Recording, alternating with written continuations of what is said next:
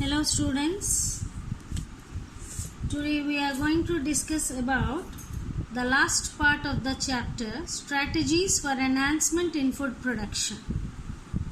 So in the previous classes we have studied the various types of breeding, animal breeding, plant breeding, applications of plant breeding, advancements in plant breeding. And the last part, the remaining part is plant tissue culture. This is an interesting topic. So let us know first what is plant tissue culture. As from the name it reveals, culture means the growing technique artificially in the laboratory and properly providing lab conditions or nutrient conditions. So the plant tissue culture is defined as the technique of growing callus from explants under in vitro conditions. In vitro conditions means in proper conditions inside the laboratory. So artificial conditions or lab conditions are called as in vitro conditions. So it is defined as growing callus from explants.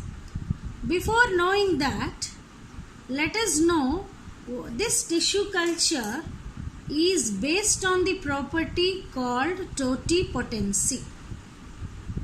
So what is totipotency? Totipotency is the ability of the young plant cell to divide again and again and regenerate into whole plant under appropriate conditions. So this is the characteristic feature of a plant cell only. When a plant cell is having the ability to regenerate into a complete plant under proper nutrient conditions, this ability is called as totipotency. So plant tissue culture is based on the property of totipotency. Now before going to know the details of plant tissue culture, let us know a few terms related to tissue culture. That is, what is callus? It is a mass of undifferentiated cells or a group of undifferentiated cells is known as callus. Next, what is an explant? So while doing tissue culture, we have to start from any living part of the plant.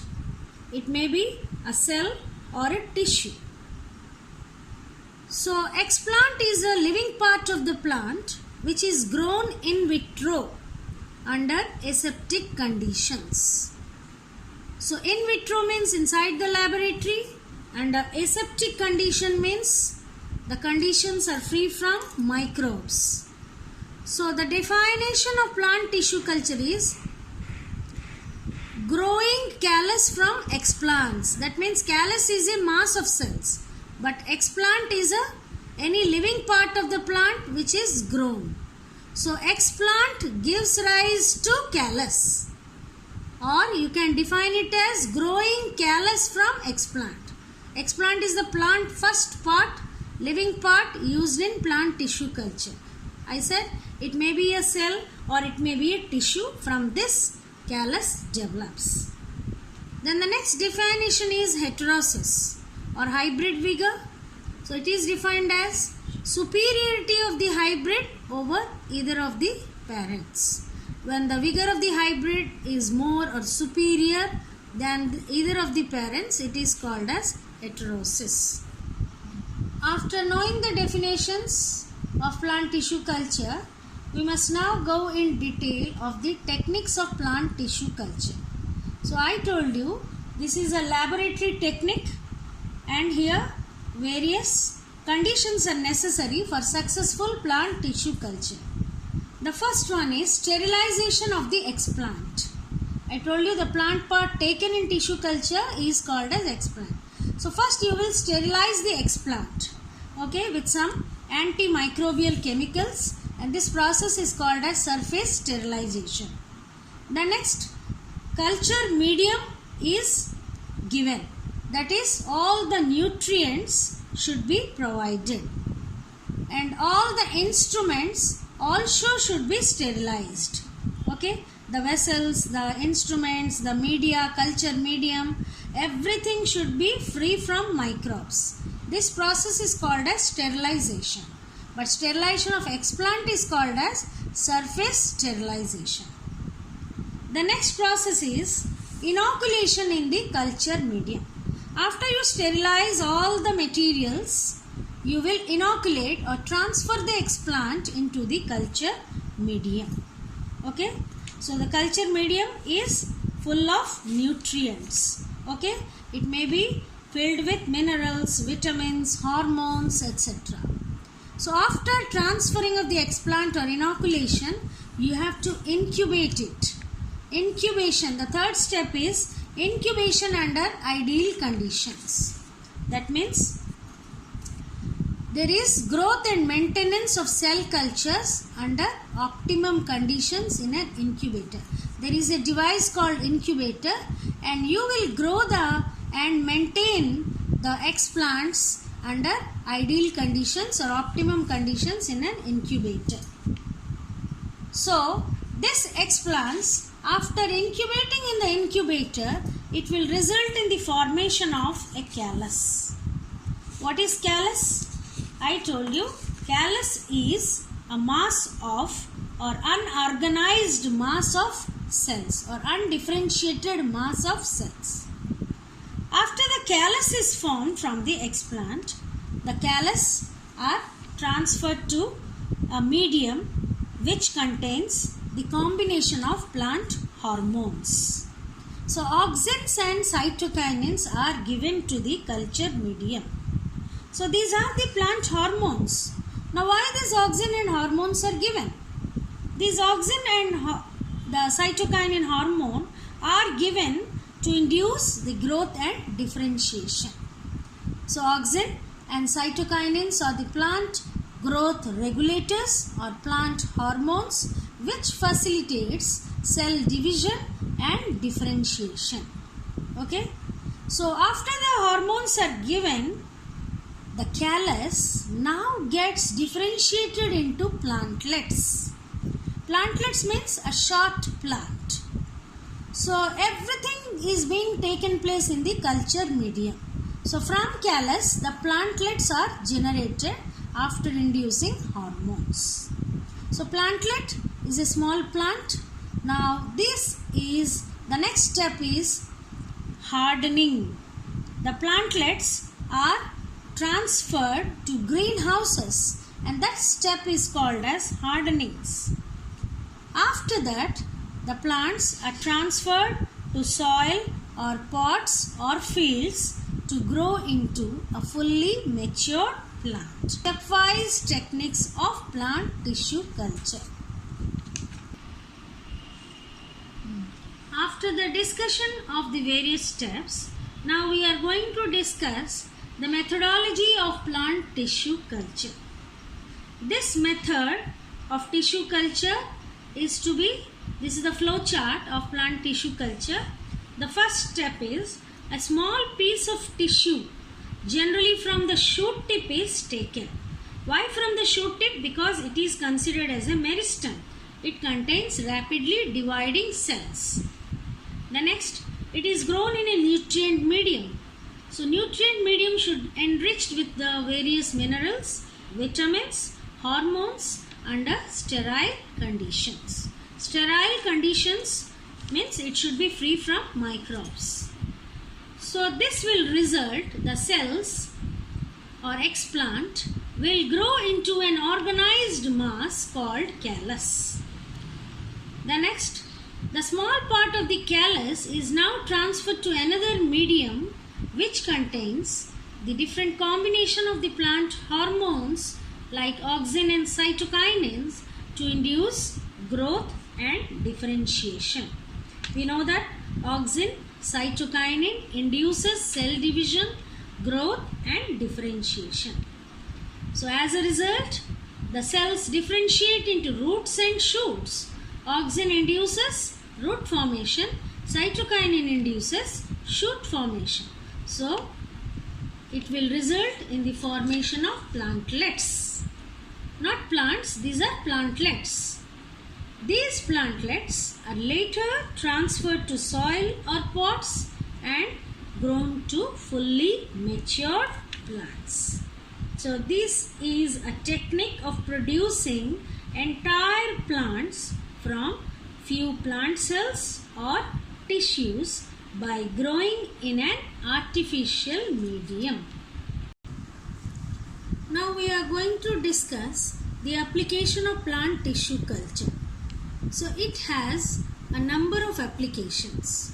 The first one is micropropagation. What is micropropagation? When you propagate a large number of plants in a short duration of time through tissue culture is known as micropropagation. Next, what is protoplast culture? In the previous slide, we have discussed what is protoplast culture. So this protoplast culture is culture of protoplast or cells without cell wall, and this will result in the formation of hybrid called somatic hybrids or cybrids or polyploids. Then the next application is it helps in gene transfer. You can transfer the genes from one organism to the other organism. Next, by this plant tissue culture, we can eliminate the various pathogens. Okay, these may become pathogen free or disease resistant. Next, to study the host parasite relationships. Next, to obtain secondary metabolites. What are secondary metabolites? These are the organic compounds which are produced by bacteria, fungi or plants.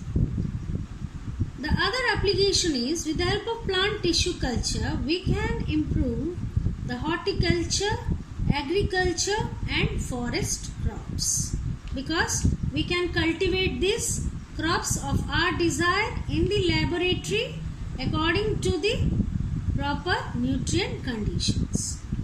And the last one is genetic diversity. We can conservation of germ plasm. This is nothing but preservation or conservation of the genetic diversity. Okay. For example, the shoot meristem culture is used in the germ plasm conservation. Okay. The last portion of this chapter is single cell protein, also called as SCP. It's a very important topic. Last year 2019 there was a 2-mark question. What is SCP? What are its advantages? So let us discuss now what is SCP. So the normal conventional agricultural methods, they are not able to meet the demand of food because of the growing human population. So the diet has been changed from the grain to the meat diet, isn't it? So this has been achieved by the application of various microbes. So what is single cell protein? It is an alternative source of protein derived from microorganisms. So single cell protein is used as a protein derived from microorganisms. So the microorganisms used may be algae or for bacteria, yeast, etc. So the microbes are used here is a cyanobacterium is spirulina. Okay, one of the cyanobacteria is spirulina. So the spirulina, it is grown on wastewater like straw, molasses, animal manure, etc. Now other eubacterium which takes part in SCP is Methylophilus methylotrophus. Then yeast, one of the yeast is from which we can derive SCP is Candida utilis, and a fungus is Fusarium graminearium. Fusarium graminearium.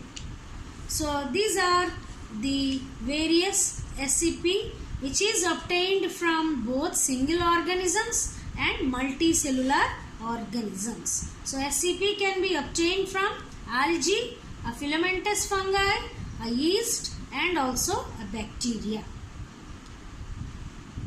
So SCP produced from yeast and fungi is commercially used. Now we'll see what is the significance of SCP. I told you SCP is rich in quality protein but poor in fats. So it is easily desired by humans.